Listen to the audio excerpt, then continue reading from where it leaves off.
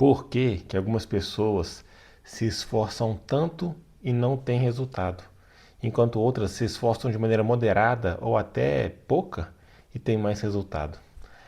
Muitas das pessoas às vezes confundem esforço com intensidade.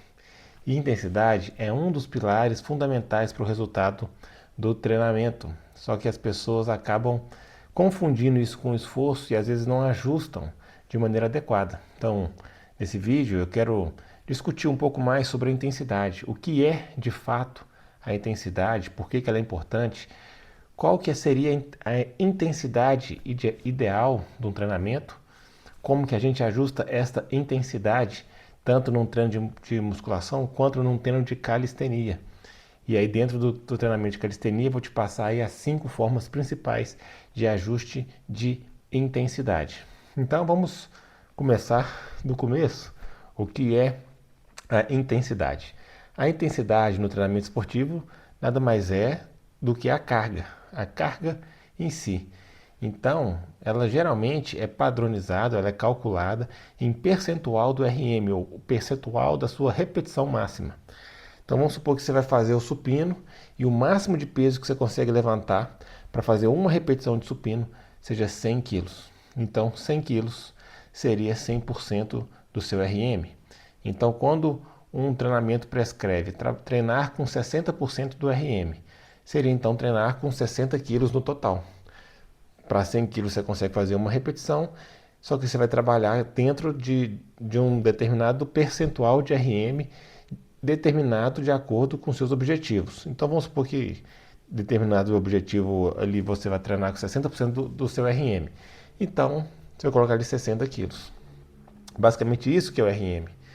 Observe que eu posso colocar ali 60 quilos e trabalhar de uma maneira talvez de baixo esforço, por exemplo, igual o protocolo soviético, que eu estou trabalhando com 60% de RM. A intensidade é a mesma do que se, por exemplo, se eu trabalhar com 60% da carga e, sei lá, ir até a falha, além da falha. Às vezes eu vou ter uma percepção de esforço muito maior se eu estou indo até a falha ou até além da falha, do que se eu estou fazendo ali um método mais tranquilo, um treino fácil, digamos assim. A intensidade é a mesma, mas a percepção do esforço é diferente. Agora observe um outro exemplo. Vamos supor que eu coloque ali 30 quilos, mas aí eu faço técnicas avançadas de treino, intervalos super curtos de descanso, muitas repetições, sinto aquela queimação, aí eu vou ter a falha, além da falha, e vou fazendo ali técnicas de drop set, super set, exercício conjugado, enfim. Vou colocando ali um tanto de técnica, um tanto de coisa que vai aumentar a minha percepção do esforço. Eu vou ter uma percepção de que o meu esforço está sendo muito maior do que se eu estou trabalhando ali, vamos supor, com uma carga tranquila, estou trabalhando com repetições em reserva com 60% do RM. Ou seja, vamos supor que eu aguentaria fazer 10 repetições com 60 quilos e eu estou trabalhando com 7 repetições. Você está vendo? Eu estou parando antes da falha, eu estou ali com esse nível aqui de intensidade e a minha percepção de esforço é moderada, média moderada. Do outro lado, às vezes eu vou estar trabalhando ali com metade dessa intensidade, com 30 quilos, fazendo stand de técnica lá, superset, conjugado, com FST7, e eu faço série, chego na falha e descanso 10 segundos e chego na falha de novo, e depois que eu cheguei na falha, eu vou além da falha com a ajuda extra e tal. Observe agora que nesse outro exemplo, eu estou trabalhando com a metade da carga, e tendo uma percepção de esforço muito maior. Então, não necessariamente a nossa percepção de esforço tem a ver com a carga. Isso é um ponto importante, porque às vezes as pessoas falam assim, pô, mas eu estou me esforçando tanto no treino e não tenho resultado. Não, não tem a ver com o esforço somente em si. Tem a ver com a intensidade. A intensidade tem a ver com a carga. Porque é aquele percentual ali de RM ajustado conforme seu objetivo que vai estar trazendo seus resultados. E não às vezes ficar fazendo técnicas para te cansar demais, te exaurir demais. Então, A percepção de esforço não é um indicativo direto de intensidade. Isso é importante a gente entender, então. Isso é intensidade. Intensidade é carga. E por que, então, que a intensidade é importante? Porque ela é um dos fatores primordiais para o seu resultado. Se a carga não estiver bem ajustada, os seus resultados não vão estar otimizados. Simplesmente assim. Você não vai dar o estímulo necessário para a sua musculatura. Vamos supor que o seu objetivo é a hipertrofia. Tem uma intensidade ótima para te dar o resultado de hipertrofia. Tem uma intensidade ótima para te dar o resultado de força. Se você não está trabalhando com aquela carga, o seu músculo não vai se sentir desafiado o suficiente para poder te dar aquele resultado. Então, você vai se esforçar e não vai ter o resultado. Então, por isso que é muito importante a gente conhecer qual que é a carga que a gente tem que trabalhar em cada exercício. E qual que é a carga ideal, né? Para simplificar, para a gente ficar uma coisa bem didática, em termos de hipertrofia, a gente pode simplificar que é uma carga na qual você consegue realizar no máximo 6 a 12 repetições máximas. Lembra que eu falei no início que a gente pode medir o seu RM colocando ali, fazendo um teste de qual que é o máximo de carga que você consegue levantar para uma repetição? Mas existe um outro método, o método das repetições máximas, que basicamente você coloca ali uma carga e faz o máximo que você conseguir, até a falha. Então, nesse outro método, você coloca a carga, faz as repetições até a falha, e depois você usa uma tabelinha lá para poder calcular qual que é mais ou menos o seu 100%. Então, vamos supor que você pôs uma carga, você fez 10 repetições. Aí você vai ver lá, para 10 repetições eu tenho que usar o fator tal, e aí você multiplica essa carga por esse fator, e aí você chega em qual que seria o seu 1RM teórico. Só que, para fins práticos, a gente não precisa saber isso. O que a gente precisa saber? Que na intensidade ideal para hipertrofia, na intensidade que a gente vai ter os melhores resultados, a gente vai conseguir colocar uma carga na qual, num teste de repetições máximas, a gente aguentaria fazer de 6 a 12 repetições. Então, se eu consigo fazer mais que 12 repetições com aquela carga, ela está muito leve. E se eu não consigo fazer nem 6 repetições num teste de repetição máxima com aquela carga, ela está muito pesada para fins de hipertrofia. Então a carga não pode ser nem leve demais, nem pesada demais.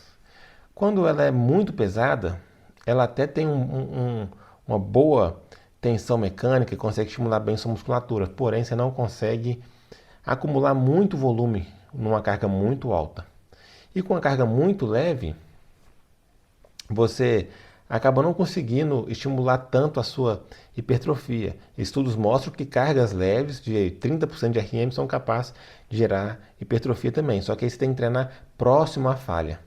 E aí fica uma coisa um pouco complicada, porque com uma carga muito baixa, para você chegar próximo da falha, antes de você chegar na falha, você vai sentir muita queimação. E aí como é que uma pessoa sem muita experiência no treino vai conseguir suportar aquela queimação para conseguir chegar próximo da falha, para poder ter um resultado adequado de hipertrofia? É melhor a gente trabalhar com essa faixa então, de uma carga desafiadora, no qual a gente não precisa sentir queimação para poder estimular a hipertrofia e a gente consegue acumular um bom volume. Então os melhores resultados geralmente são encontrados nessa faixa de repetição de 6 a 12 repetições. Não significa, isso, agora presta atenção, não significa que você tem que fazer de 6 a 12 repetições no seu treino. Significa que você vai pegar uma carga na qual você aguentaria fazer no máximo de 6 a 12 repetições. Então, por exemplo, você pode pegar uma carga que você consegue fazer 10 repetições e fazer séries de 2 repetições, de 3 repetições, igual a gente faz no protocolo soviético, por exemplo. Às vezes você vai pegar uma série lá que você consegue fazer 10 repetições, mas você vai trabalhar com 4, 5 repetições. Não tem problema. Entenda que uma coisa é você pegar uma carga que em um teste de repetições máximas você faria 6 a 12 repetições. Outra coisa é o número de repetições que de fato você vai fazer no seu treino. O número de repetições que você vai fazer no seu treino vai depender da metodologia que você está usando. Agora, se você está treinando até a falha no seu treino, aí beleza. Aí uma coisa vai ser semelhante à outra. Se você está fazendo as séries até a falha, então a carga que você está usando, ela acaba sendo, durante um treino, um teste de repetições máximas. Eu já mostrei aqui em outros vídeos do canal, não vou adentrar porque não é o objetivo desse vídeo, sobre treinar até a falha ou não. Treinar até a falha tem esse benefício. É mais fácil você acertar a intensidade, porque basta você colocar uma carga ali e treinar com ela de 6 a 12 repetições, e na hora que está acima de, você está aguentando fazer mais que 12 repetições, você aumenta a carga, você está conseguindo fazer, não está conseguindo fazer 6 repetições, você diminui a carga. É mais fácil, porém, não necessariamente é o melhor. Se você é capaz de identificar, olha lá, faz um teste, identifica qual que é a carga que você vai trabalhar, você consegue trabalhar sem ter que trabalhar até a falha, você consegue utilizar outras metodologias que prezam por menor custo de recuperação e conseguir acumular muito volume de treino e ter resultado treinando com um nível de percepção de esforço menor. Só que aí é um pouco complexo, porque você tem que conseguir pelo menos medir essa carga inicial e depois você vai progredir ela. Mas não, como eu disse, é só um parênteses no vídeo, porque eu já tenho outros vídeos explicando sobre isso. Então vou voltar aqui que, a gente está discutindo a importância da intensidade. Intensidade é carga, e aí depois eu estou trazendo todo esse know-how para a gente poder ver como que a gente vai aplicar isso também na calistenia. Então a gente viu qual que é a importância da intensidade, qual que é a intensidade ideal. Então, se tiver uma coisa assim principal para saber nesse vídeo, seria isso, que você deve treinar na intensidade ideal para os seus resultados, para os seus objetivos. E que intensidade não tem a ver necessariamente com o nível de esforço, não tem a ver o tanto que você está se esforçando, mas tem a ver com a quantidade de carga que o seu músculo é capaz de levantar. Essa é a coisa principal. Entendendo isso, já estou satisfeito, já saiu aqui com o principal ensinamento desse vídeo. E a gente viu então que essa intensidade, ela não pode ser nem, essa carga então não pode ser nem leve demais, nem pesada demais. E uma faixa aí que é bacana para hipertrofia seria uma carga na qual o seu corpo suporta de 6 a 12 repetições máximas. Não significa, entretanto, que a gente vai trabalhar com 6 a 12 repetições. Isso aí é só para a gente definir qual que é a carga que a gente vai trabalhar e depois a gente vai utilizar essa carga em algum protocolo, alguma metodologia, alguma ficha de treino que foi pensada para você. Então, tá bom. E agora, como ajustar a carga então? Como ajustar a carga? A gente tem basicamente dois tipos aqui de treino. O treino de musculação e o treino de calistenia. Na musculação é muito fácil e intuitivo ajustar a carga. Você basicamente vai colocar anilha, tirar a anilha. Basicamente é isso. Porque a intensidade é a carga é o peso. Se você põe peso, você tira peso. Põe peso, tira peso. Simples. Muito fácil, muito intuitivo. E bacana. Tá, e na calistenia? Na calistenia você pode até trabalhar com carga externa, mas eu não vou adentrar nessa forma de intensidade, de manipulação de intensidade.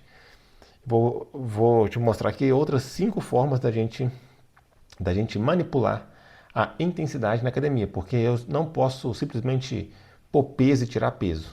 Então, na calistenia, a gente usa a geometria dos exercícios para que, de certa maneira, o músculo-alvo que você está trabalhando enxergue uma parcela maior ou menor do seu peso corporal, porque na calistenia a gente trabalha com o nosso próprio peso corporal. Então, eu vou variar a quantidade de peso que aquele músculo-alvo está enxergando, para assim eu conseguir ajustar a minha intensidade para a intensidade correta do objetivo que eu quero. E para fazer calistenia, eu tenho algumas maneiras, igual eu falei, por exemplo, eu posso colocar carga externa, mas eu não vou adentrar nessa, eu vou adentrar em 5 maneiras de puramente calistenia. Então, só para a gente citar aqui, para a gente criar aqui uma linha de raciocínio. Então, a inclinação do movimento, o braço de alavanca, a amplitude de movimento, a unilateralidade e o efeito bola de neve. Basicamente são esses 5 principais formas a gente vai variar a intensidade na calistenia. Então vamos para a primeira delas, a inclinação. Quando a gente está fazendo uma flexão no chão, por exemplo, se a gente a gente vai para um plano inclinado em que o tronco está acima dos pés, o movimento fica mais fácil. Tem menos carga sendo colocada ali no peito, no ombro e no tríceps. Por outro lado, se eu elevo as pernas e as pernas ficam mais elevadas que meu tronco, eu estou jogando mais carga para o meu peitoral, ombro e tríceps. Então, basicamente, uma das formas é variar o plano inclinado no qual você faz o exercício, dependendo do exercício. Uma segunda maneira é a gente variar o braço de alavanca. O, o braço de alavanca ele tem a ver com a distância que a gente está do eixo do movimento. Parece meio complexo, mas para facilitar aqui, vamos supor, numa flexão, a gente tem a flexão que a gente pode apoiar nos pés ou pode apoiar nos joelhos. Quando a gente apoia os joelhos no chão, a flexão de 6 apoios, a gente está diminuindo o nosso braço de alavanca e por isso que a flexão fica mais fácil. Quando a gente está colocando os nossos pés no chão, a flexão de 4 apoios, a gente está aumentando o braço de alavanca. E por isso que a flexão fica mais difícil. Na flexão nórdica, por exemplo, se eu mantenho meu quadril estendido, sei lá, se eu manter meu quadril estendido, eu vou estar fazendo com a amplitude de movimento com o braço de alavanca maior. Mas se eu flexiono meu quadril e faço o movimento, não sei se ficou bom de entender aqui, eu estou fazendo movimento com braço de alavanca menor. Então eu consigo variar a carga também pelo braço de alavanca. A terceira forma da gente variar a intensidade do exercício é através da amplitude de movimento. E essa aqui a gente tem que fazer algumas ressalvas. Para ganhos de força, hipertrofia, mobilidade, saúde articular, geralmente a gente recomenda trabalhar na maior amplitude possível. Porém, em alguns casos em que a gente quer ajustar uma carga, pode ser conveniente e oportuno a gente trabalhar com uma amplitude de movimento reduzida. Então, quando a gente faz o que a gente chama de... Lá no quartel tem a flexão estudante, porque estudante só paga meia. Então, quando a pessoa faz a flexão só um movimento curtinho, só meia flexão, a gente chama de flexão estudante, essa flexão é mais fácil do que a flexão na amplitude total do movimento. E assim, tem um estudo bacana que mostra justamente isso. A pessoa faz o supino e ela faz o meio supino, né? Só metade do movimento. E quando ela faz o meio supino, ela consegue levantar uma carga maior. Ou seja, se ela consegue levantar, vamos supor, no supino completo, na amplitude completa de movimento, ela está levantando 100 quilos. Mas na hora que coloca só ali, só meio supino, ela está levantando 120 quilos. Então, se ela está levantando 120 quilos e metade da amplitude do movimento, significa que se eu colocar 100 quilos e ela fazer o movimento completo, ela está trabalhando com 100% da capacidade dela. Agora, se ela coloca 100 quilos para trabalhar só na metade do movimento, ela está trabalhando com menos de 100% da capacidade dela, porque naquela amplitude a capacidade dela seria de 120 quilos e eu estou colocando só 100 quilos. Então a lógica é mais ou menos essa. Se eu reduzo a amplitude do movimento, eu em tese conseguiria levantar ali uma carga maior. Então, como eu não consigo manipular diretamente a carga do meu corpo, se eu não consigo fazer um movimento, eu posso reduzir a amplitude dele. E então, qual que seria a lógica? Eu não consigo fazer a flexão completa. Então, vou fazer só a meia flexão.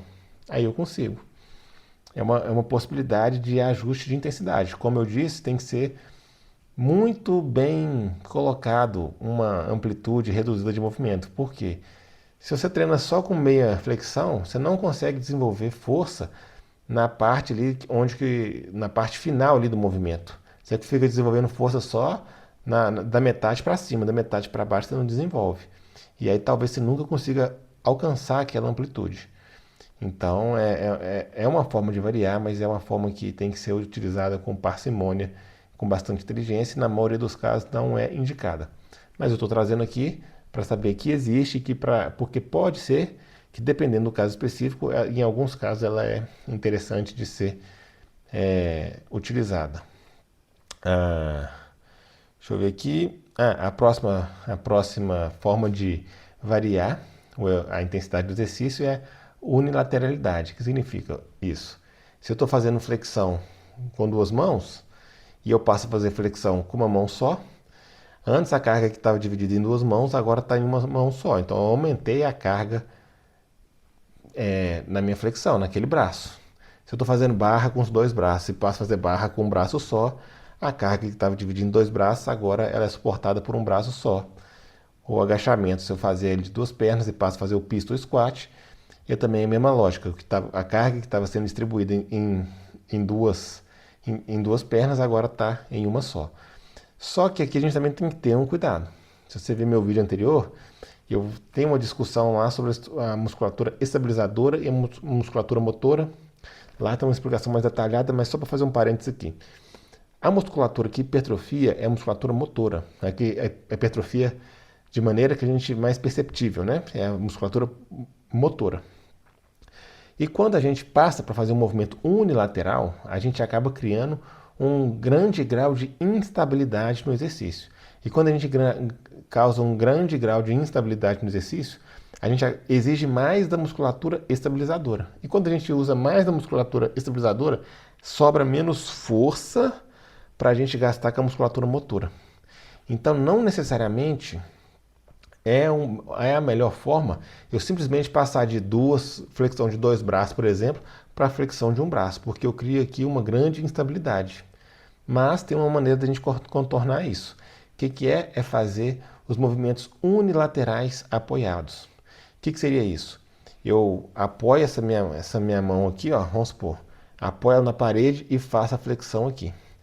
De tal modo que eu não vou estar passando toda a carga para essa mão aqui que está ativa, mas eu estou passando boa parte da carga para ela.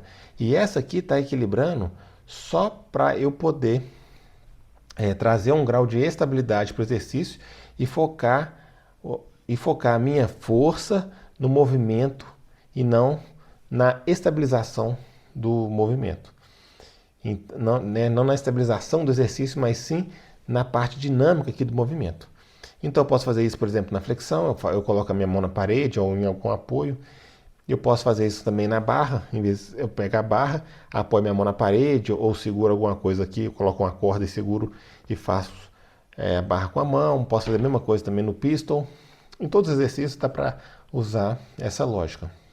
E você pode, inclusive ir variando esse grau de apoio. Então vamos supor, eu estou fazendo a flexão aqui, e aí então vamos supor que a minha carga do meu corpo está distribuindo 50% de cada lado. Eu posso ir afastando uma mão de tal modo que fica 60% numa mão, 40% na outra. 70% numa mão, 30% na outra. 80% numa mão, 20% na outra. Eu vou afastando isso aqui e aos poucos eu vou jogando um pouco mais de carga para o lado que eu quero trabalhar, e depois é lógico eu inverto e faço uma série para o outro lado. Até que chega o ponto que esse outra mão aqui, ela está sendo única e exclusivamente uma estabilização do movimento. E eu estou jogando a maior parte da carga. Não vai ser 100%, mas sei lá, vamos supor aí, 90%, 95%, vai ficar aqui e vai ficar estável, então vai ficar bacana. E a quinta forma da gente evoluir, então, com progredir carga com calistenia é o que eu chamo de efeito bola de neve. O que é isso? À medida que você trabalha calistenia para hipertrofia, você vai ganhar massa, vai ganhar músculos. E quando você ganhar músculos, você vai acabar ficando mais pesado. E quando você fica mais pesado, você está tendo que levantar mais carga. E quando você está tendo que levantar mais carga, você já está fazendo uma progressão automática do treino. E quanto mais carga, quanto mais músculo você ganha, mais carga você vai ter que levantar. Então vamos supor, quando eu comecei a treinar, eu pesava 74 quilos. Hoje eu estou com 115. Quando eu comecei a treinar e fazia barra fixa, eu estava levantando 74 quilos. Hoje, quando eu estou fazendo barra fixa, eu estou levantando 114 quilos. Ou seja, dentro de quando eu parti lá, quando eu tinha 15 anos de idade, 74 quilos, e fui aumentando o meu peso, eu gradualmente também fui aumentando a carga que eu estava colocando aqui na minha barra fixa. Então, e quanto mais carga eu colocava, mais forte eu ficava.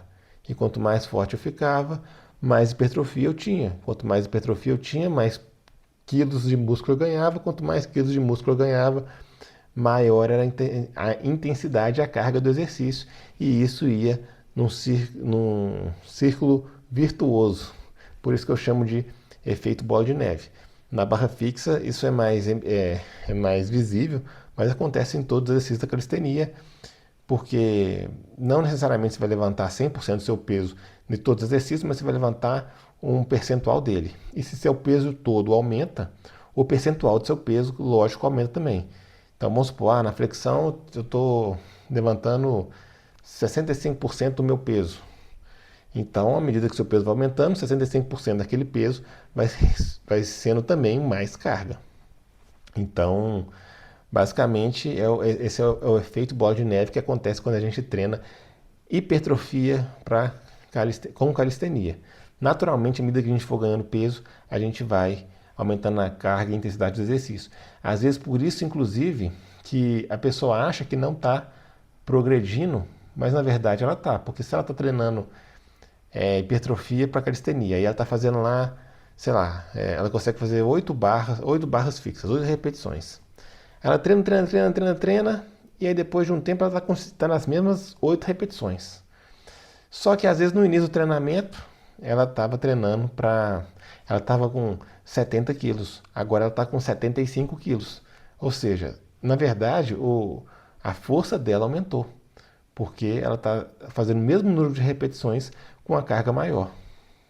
Então por isso que é bom definir o nosso objetivo. Porque se o objetivo é aumentar o número de repetições na barra fixa, não necessariamente você vai querer ficar fazendo um treino de hipertrofia. Você vai querer fazer um treino de performance. Mas, se seu objetivo é hipertrofia, você está ganhando peso, é justamente o que você quer. Então isso não vai ser um problema. Eu acho que estou olhando aqui meu caderninho, das minhas anotações. Então falei tudo que eu acho que eu queria falar. A primeira coisa e mais importante era a gente entender o que é a intensidade e por que ela é importante. A intensidade é carga e não necessariamente esforço. Isso é muito importante a gente entender. Não tem a ver com tanto que a gente se esforça num treino, mas tem a ver com a quantidade de carga, de peso que o nosso músculo é capaz de levantar. Isso é a intensidade e esse é um fator primordial para os seus resultados. Então não importa o tanto que você está se esforçando, importa se você está levantando a carga correta, o peso correto. E é isso, então, é a principal coisa que eu queria trazer nesse vídeo. Aí a gente tem duas formas básicas de treinar a hipertrofia, que seria com musculação com calistenia. Na musculação, a gente coloca ou tira carga. Na calistenia, a gente trabalha com o peso do próprio corpo corporal, então a gente tem que utilizar técnicas nas quais a gente vai modificar o percentual da quantidade de carga que o músculo-alvo está observando. E na calistenia tem algumas técnicas, eu trouxe 5 aqui para a gente poder ajustar a carga, que seria a inclinação, a variação da inclinação, a variação do braço de alavanca, a variação da amplitude de movimento, a variação de bilateralidade para unilateralidade apoiada. Fiz aqui uma observação por que tem que ser apoiado, por causa da questão da musculatura, a gente minimizar o esforço da musculatura estabilizadora e focar na musculatura motora. E por fim, um efeito bola de neve, que quanto mais a gente cresce, mais carga a gente tem naturalmente para poder levantar com calistenia.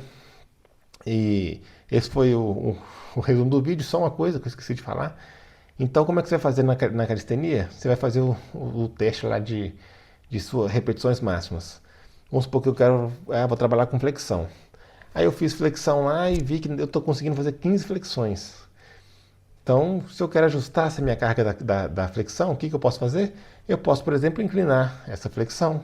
Eu posso aumentar um pouco o braço de alavanca, mudando a posição ali da minha mão em relação ao tronco. Eu posso, às vezes, fazer uma flexão um pouco mais unilateralizada. Em vez de ficar 50% a 50%, eu posso pôr, vamos supor, 70% e 30%. Aí eu faço o teste de novo. Fiz o teste, ficou lá entre as 6 e 12 repetições. Bacana. Achei a variação da flexão que vai ser adequada para treinar hipertrofia ou calistenia. E aí você pode fazer esse mesmo teste para todos os exercícios da sua ficha de treino de calistenia. E aí para cada exercício você vai achar a variação que vai ficar dentro de um teste de repetições máximas nessa faixa de 6 a 12 repetições e você vai usar aquela variação para o seu treino. E aí quando aquela variação ficar fácil, você vai lá e dificulta ela um pouquinho mais. Você aumenta um pouquinho mais o braço de alavanca, você aumenta um pouquinho mais a inclinação, você aumenta um pouquinho mais a unilateralidade, por exemplo. Então, tinha ficado esse parênteses aí, eu tinha esquecido de comentar, mas é isso então. Espero que você tenha entendido o que é a intensidade, a importância dela, qual que é a intensidade ideal para um treinamento, o que é esforço, o que é intensidade. Não necessariamente a gente precisa trabalhar nessa faixa de 6 a 12 repetições. Espero que você tenha entendido aí as formas de variar a intensidade dentro da calistenia. E se você tem alguma dúvida em relação a esse tema, deixe aqui nos comentários. Eles são importantes para que a gente possa fazer vídeos que sejam assertivos às suas necessidades. Se você gostou desse vídeo, considere compartilhar com um amigo, deixar o like, se inscrever no canal. É isso. Tamo junto. E se você quer conhecer um pouco mais do projeto Protocolo Soviético, vai ter um link aqui na descrição também. Você pode clicar lá e conhecer um pouco mais do Protocolo Soviético, no qual a gente vai trabalhar com a intensidade correta, mas com uma percepção de esforço moderada ou baixa, para assim acumular muito volume de treino com baixo custo de recuperação e ter mais resultados, sejam eles treinos voltados para performance ou treinos voltados para hipertrofia, sejam eles treinos para serem realizados em casa ou na academia, conforme o objetivo de cada um, conforme o contexto de cada um. Se você quiser conhecer mais desse projeto, é só clicar aqui no link da descrição ou clicar lá no link da bio, que você vai ser direcionado ali para um vídeo ou para uma página que vai explicar melhor desse projeto. Então é isso aí, tamo junto, muito obrigado e até a próxima.